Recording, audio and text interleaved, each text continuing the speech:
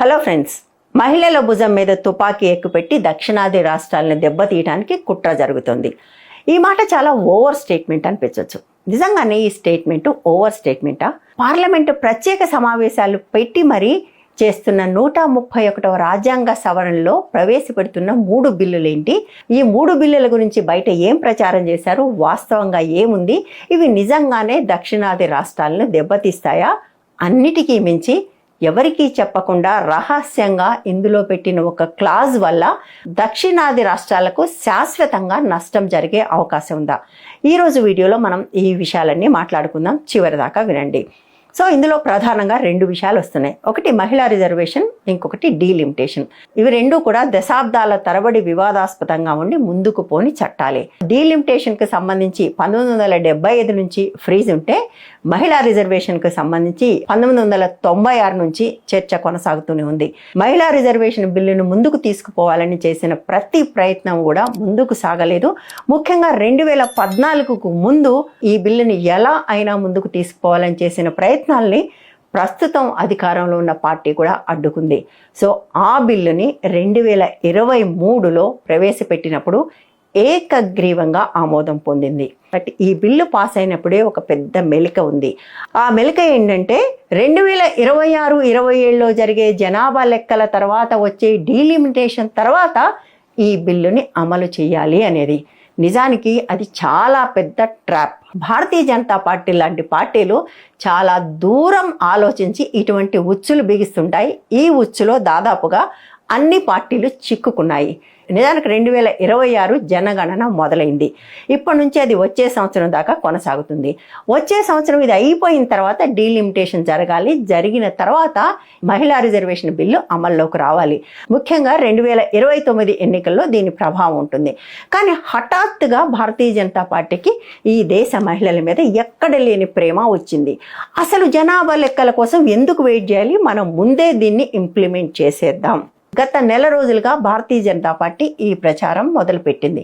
ఫైనల్గా దాని కార్యరూపం దాల్చేసరికి కేవలం మహిళా రిజర్వేషన్ బిల్లుని డీలిమిటేషన్కి డీలింక్ చేయటం మాత్రమే కాకుండా డీలిమిటేషన్ని దొడ్డిదారిన తీసుకొచ్చే ప్రయత్నం చేశారు.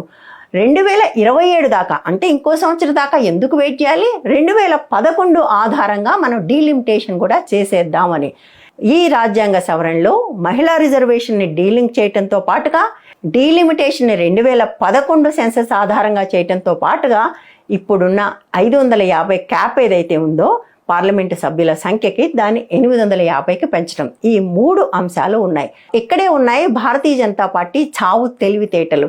డీలింక్ చేస్తానన్నప్పుడు కేవలం డీలింక్ చేయకుండా డీలిమిటేషన్ని కూడా ఇందులోకి ఎందుకు తీసుకొచ్చారు అంటే, మహిళా రిజర్వేషన్ బిల్లు పేరుతో ఈ రాజ్యాంగ సవరణను ముందుకు తీసుకొచ్చి దొడ్డి దారిన వాళ్లకు కావాల్సిన వాళ్ళ ఎజెండాలో ఉన్న డీలిమిటేషన్ని కూడా తీసుకొచ్చే ప్రయత్నం. నిజంగానే ఈ డీలిమిటేషన్ వల్ల భారతీయ జనతా పార్టీకి ఎటువంటి లాభం ఉండదనుకుందాం. అనుకున్నప్పుడు ఎందుకు ఈ పని చేయాలి? గతంలో ఇలాంటి బిల్లులు వచ్చినప్పుడు ఎప్పుడూ కూడా ఇటువంటి పని చేయలేదు.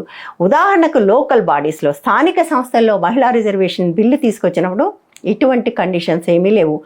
ఏవైతే ఉన్నాయో ఆ స్థానాలకు మాత్రమే రిజర్వేషన్ ఇచ్చారు. 2023లో ఈ బిల్లు ప్రవేశపెట్టినప్పుడు ఏకగ్రీవంగా పాస్ అవటానికి కారణం ఏంటంటే, ఆ సభలో ఉన్న 500 పైచిలకు మందికి కూడా ఈ బిల్లు వల్ల ఏ నష్టం ఉండదు కాబట్టి. ఎందుకంటే పెరిగిన సీట్లలో ఇస్తారు కానీ ఉన్న సీట్లలో కాదు కాబట్టి వాళ్ళందరూ కూడా హ్యాపీగా దీనికి ఓటు వేసి బీజేపీ పన్ను ట్రాప్లో పడిపోయారు. అప్పుడే దీన్ని డీలిమిటేషన్కి లింక్ చేయకూడదు అనే వాదన తీసుకొచ్చి ఉంటే ఇవాళ ఈ పరిస్థితి వచ్చి ఉండేది కాదు. డీలిమిటేషన్ గురించి అందరికీ తెలిసిన విషయమే. 1975 నుంచి ఇది ఫ్రీజ్లో ఉంది. ఎందుకంటే విపరీతంగా జనాభా పెరిగిపోతున్న దేశంలో కుటుంబ నియంత్రణ సక్రమంగా అమలు చేయటం మాత్రమే కాకుండా విద్యారంగంలోనూ వైద్య రంగంలోనూ ప్రగతిని సాధించి, అంతేకాకుండా పరిశ్రమలు పెట్టి సంపదను కూడా సృష్టిస్తున్న దక్షిణాది రాష్ట్రాల్లో పని పాట లేకుండా పిల్లల్ని కంటూ చదువు వైద్యం లేకుండా ప్రజలను నిర్లక్ష్యం చేస్తున్న ఉత్తరాది రాష్ట్రాల కంటే జనాభా తక్కువ ఉంది కాబట్టి జనాభా ఆధారంగా సీట్ల అలొకేషన్ చేయటం వల్ల దక్షిణాదికి నష్టం జరుగుతుంది. కాబట్టి దీని మీద ఒక ఫ్రీజ్ పెట్టారు. ఫ్రీజ్ పెట్టినప్పుడు కండిషన్ ఏంటంటే, ఉత్తరాది రాష్ట్రాలు కూడా దక్షిణాదిని చూసి బుద్ధి తెచ్చుకొని పని చెయ్యాలి అని. కానీ 50 ఏళ్లలో ఉత్తరాది రాష్ట్రాల్లో అటువంటి బుద్ధి రాలేదు సరికదా. ప్రస్తుతం అధికారంలో ఉన్న పార్టీ చాలా కాలం నుంచి ఉత్తరాది రాష్ట్రాల్లో ఇంకా పిల్లల్ని కనండి అంటూ ప్రోత్సహిస్తూ వస్తుంది. ఎందుకంటే పని చేయటానికి దక్షిణాదిలో కష్టపడే వాళ్ళు ఉన్నారు కదా, మనం ఎందుకు పని చేయాలి, మనం పిల్లల్ని పెడుతూ పోతే వాళ్ళే కష్టపడి మన పోషిస్తారు. ఈ మాట చాలా కటువుగా అనిపిస్తుంది, కానీ ప్రతిసారి ఫ్రీబీస్ అంటూ సౌత్ మీద పడి ఏడ్చే ఉత్తరాది వాళ్ళందరూ ఎవరి ఫ్రీబీస్ మీద బతుకుతున్నారు? ఏ రాష్ట్రాల కష్టాన్ని ఉచితంగా తింటూ బతుకుతున్నారు? డీలిమిటేషన్ అనే అంశం వచ్చిన ప్రతిసారి ఈ అంశం తెర మీదకు వస్తూనే ఉంది. ఈ అంశాన్ని ఎదుర్కోవటం ఇష్టం లేని వాళ్ళు, పిల్లల్ని కనండి, బాబాల్ని పోషించండి, విద్యా వైద్యాన్ని పక్కన పడేసినా పర్లేదు అని చెప్పిన పార్టీ వాళ్లకు ఇది మరీ కష్టం. కాబట్టి ఈ డీలిమిటేషన్ని దొడ్డి దారిన మహిళా రిజర్వేషన్ వెనకాల దాచి తీసుకొచ్చే ఒక ప్రయత్నం చేస్తున్నారు. అంతేకాకుండా ఇందులో మరొక సీరియస్ క్లాజ్ కూడా ఉంది. ఇప్పటి వరకు డీలిమిటేషన్కి సంబంధించి ఏం చేయాలన్నా, పార్లమెంటు సభ్యుల సంఖ్య పెరగాలన్నా పార్లమెంటులో చట్టం తప్పనిసరి. ఇప్పుడు డీలిమిటేషన్కి సంబంధించి పెడుతున్న బిల్లులో ఆ క్లాజ్ని ఎత్తేస్తున్నారు. ఆర్టికల్ 82ని అమెండ్ చేస్తూ పెడుతున్న ఈ బిల్లులో upon completion of each census అనే దాన్ని తీసేస్తున్నారు. తీసేసి ఇక నుంచి డీలిమిటేషన్ కమిషన్ ఏర్పాటు చేస్తారట. సో అన్ని అధికారాలు డీలిమిటేషన్ కమిషన్కే ఉంటాయి. ఎక్కడ సీట్లు పెంచాలన్నా, ఎక్కడ సీట్లు తగ్గించాలన్నా ఇంకా పార్లమెంటు ముందుకు రావాల్సిన పని ఉండదు, డీలిమిటేషన్ కమిషనే చేసేస్తుంది. ఉదాహరణకు మీకు పెట్రోల్ రేట్లు పెంచడానికి సంబంధించి ఒకప్పుడు ప్రభుత్వమే ఈ నిర్ణయం తీసుకునేది.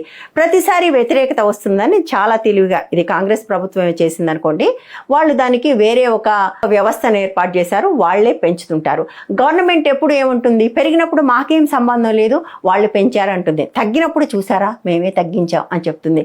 ప్రభుత్వం తను తీసుకోవాలన్న నెగిటివ్ నిర్ణయాలు తీసుకున్నప్పుడు వాళ్ళ మీద తోసేయటం, పాజిటివ్ నిర్ణయాలు ఉన్నప్పుడు తమ ఖాతాలో వేసుకోవటం అనేది పెట్రోల్ విషయంలోనూ చూసాం, ఎలక్ట్రిసిటీ విషయంలోనూ చూసాం, ఇక డీలిమిటేషన్ విషయంలో కూడా జరుగుతుంది. సో డీలిమిటేషన్ కమిషన్ అని వచ్చిన తర్వాత ఇంకా పార్లమెంటుకు వెళ్లాల్సిన అవసరం లేదు, చర్చ జరగాల్సిన పని లేదు. 2026 సెన్సస్కి ఏ వాల్యూ ఉండదు డీలిమిటేషన్కి సంబంధించి. మనందరికీ తెలుసు, ఒకసారి ఎగ్జిక్యూటివ్ చేతిలోకి అధికారాలు పోతే ఎగ్జిక్యూటివ్ ఎప్పుడూ కూడా అధికారంలో ఏ పార్టీ ఉంటే వాళ్ళ చెప్పు చేతుల్లో ఉంటుంది. ఎందుకంటే వాళ్ళు వేసే ఐఏఎస్ ఆఫీసర్లే అక్కడ పనిచేస్తారు, సరిగ్గా ఎలక్షన్ కమిషనర్ లాగా. సో వాళ్ళు అక్కడ కూర్చుని నిర్ణయాలు తీసుకుంటూ ఉంటారు.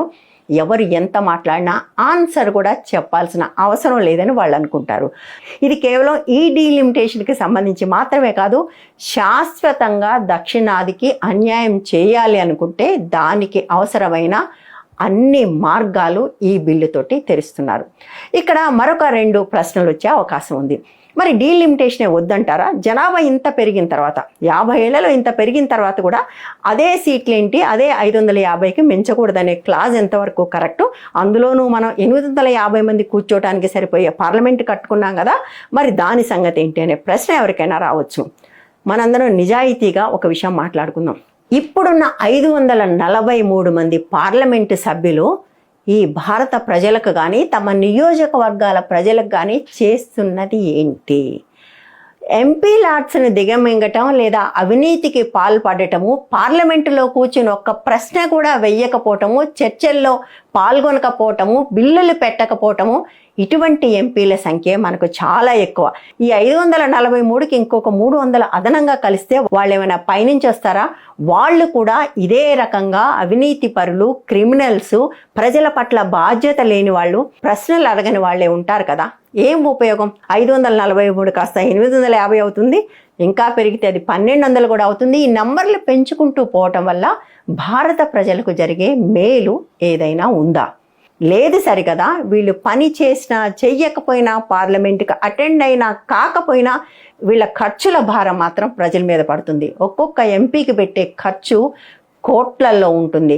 వాళ్ళ జీతభత్యాలు, వాళ్ళ సౌకర్యాలు, వాళ్ళు తిరిగేవి, ఇవే కాకుండా వాళ్ళకు జీవితం అంతా పెన్షన్లు. ప్రపంచంలో ఎక్కడా లేని పద్ధతిలో వాడు ఎన్నడూ పార్లమెంటుకు వెళ్ళకపోయినా, ఒక ప్రశ్న వేయకపోయినా, ఏ పని చేయకపోయినా కూడా జీవితం అంతా పెన్షన్ తీసుకునే ఒక చెత్త వెసులుబాటు ఈ దేశంలో ఉంది.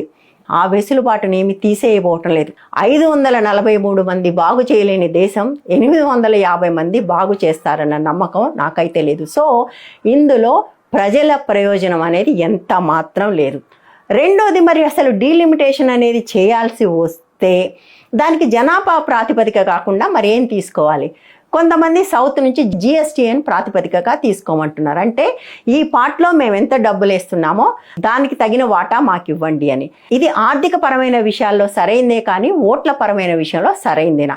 దానికి మన గ్రేట్ తేజస్వి సూర్య గారు ఉన్నారు కదా, ఉదయం మాట్లాడుతుంటే విన్నాను నేను.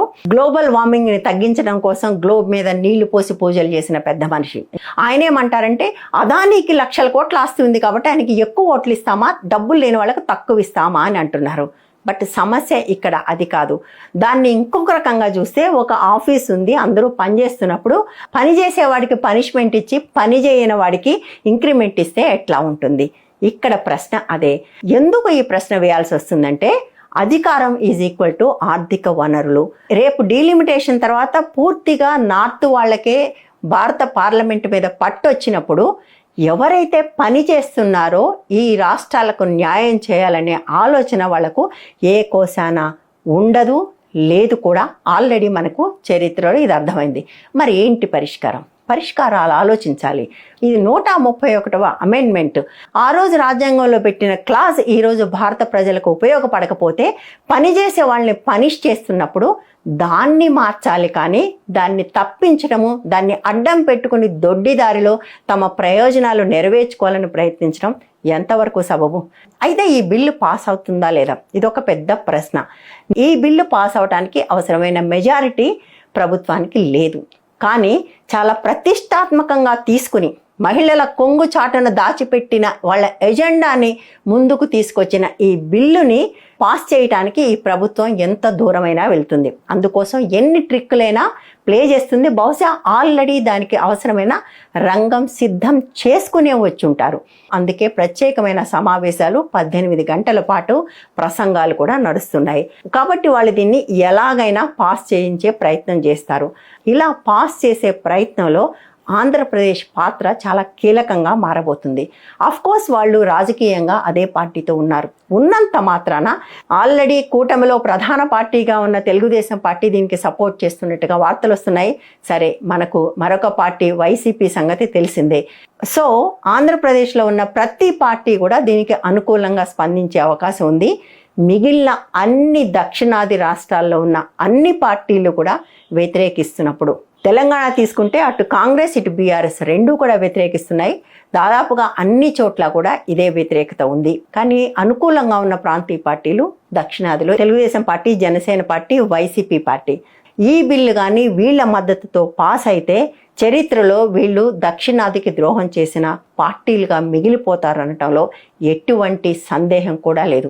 ఇప్పుడు చెప్పండి, మహిళల భుజం మీద తుపాకీ పెట్టి దక్షిణాదిని దెబ్బతీయటానికి ఒక కుట్ర జరుగుతుంది అన్న స్టేట్మెంట్లో వాస్తవం ఉందా లేదా? మీరేమనుకుంటున్నారో కమెంట్స్లో చెప్పండి.